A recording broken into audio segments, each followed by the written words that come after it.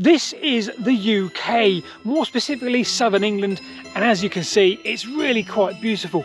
Now, it's said that you can only access 8% of the land in England. Does that include the land we're standing on though? Yep, yes it does. Okay, I'm worried we might have trespassed to get here.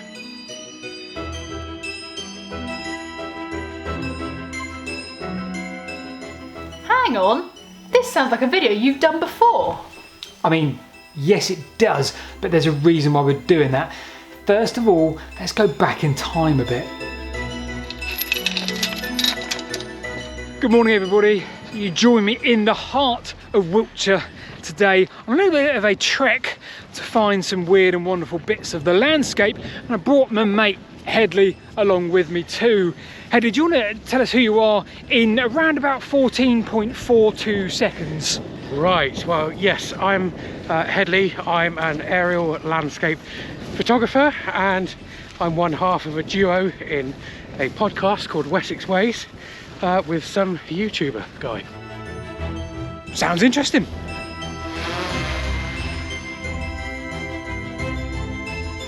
So our goal today is, well, a bit more context back indoors.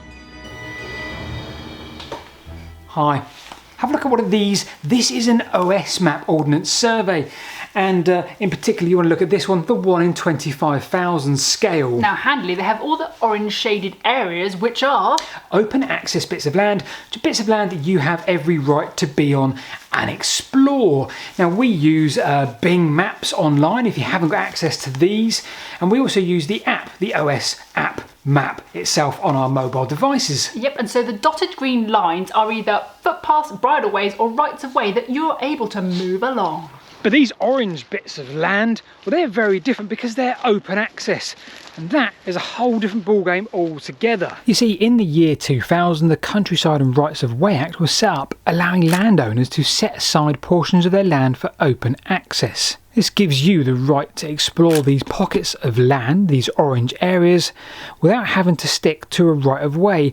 So in effect, almost like the right to roam in Scotland, but only by foot and only on very small pockets of land.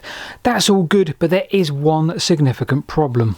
A lot of these pockets of land, which you have every right to be on, you can't get to. So the goal today is to try and explore, if we can, some of these open access areas which you can't get to. Now that sounds like a bit of a misnomer. We can't get there. Futile. Futile. So Headley, you've probably driven a long way to get here. So when I invited you and I said, Headley, do you fancy coming along and doing nothing? You're still here. I thought you were being ironic. So we identified a number of these inaccessible islands. In fact, Wiltshire alone has 5 million square metres. Now, in the last video we made on this, well, we managed to get to the ones we tried. So are they truly inaccessible? Right, first bit of open access land that we're trying to get to today because it looks beautiful. There's things on there which are interesting, all sorts of earthworks, and there's probably a whole untold amount of history. There's that hill just up there. Now, we've identified a couple of points where we might be able to sneak across and get there, but Headley's stuck the drone up to have a look. Okay, so it turns out with attempt number 1 of the day, 1 of 3, this is extremely difficult to get to. We sent Headley's drone across looking for an entrance, nothing, no footpath, no gateway, absolutely no way of getting inside it. So not only would we have to walk across this field, which isn't the right thing to do, but we'd also have to climb 2 fences with electric on.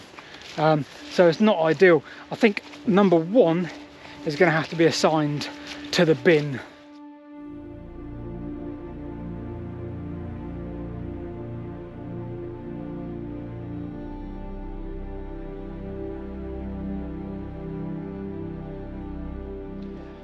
Well, welcome to Cold Kitchen Hill. I've been here before. It's quite a beautiful landscape. 2 Roman roads cross this point, and we're on the search for quite a few open access bits of land. Whether we'll get there or not is, of course, the big question. I think it's a big question, Headley. Unless you've got any other bigger questions. No, I've come this far. I want to see some open access areas. Right, we're here for the orange bits on the map. Right, up there, Headley, I reckon. Yep, looks like it. Wrong footwear.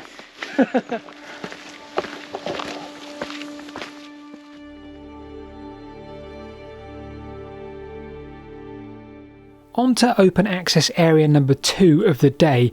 Now we wanted to give ourselves a fighting chance with this one, so we chose an area where the footpath wasn't too far away from the bit of land itself.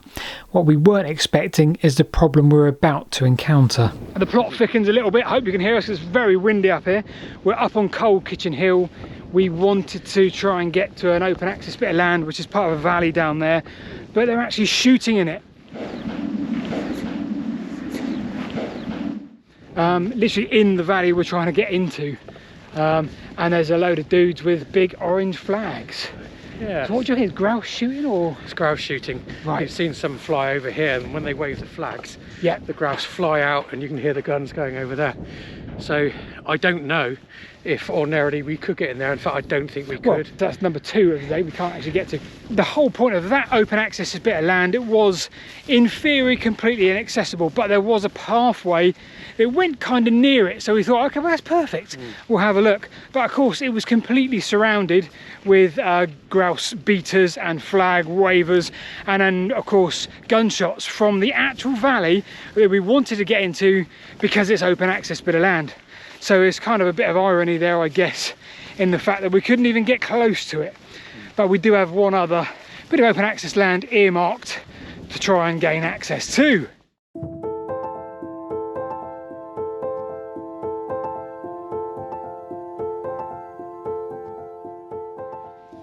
According to the OS map, that bit over there should be the open access land that we can get to, but all I can see is a fence.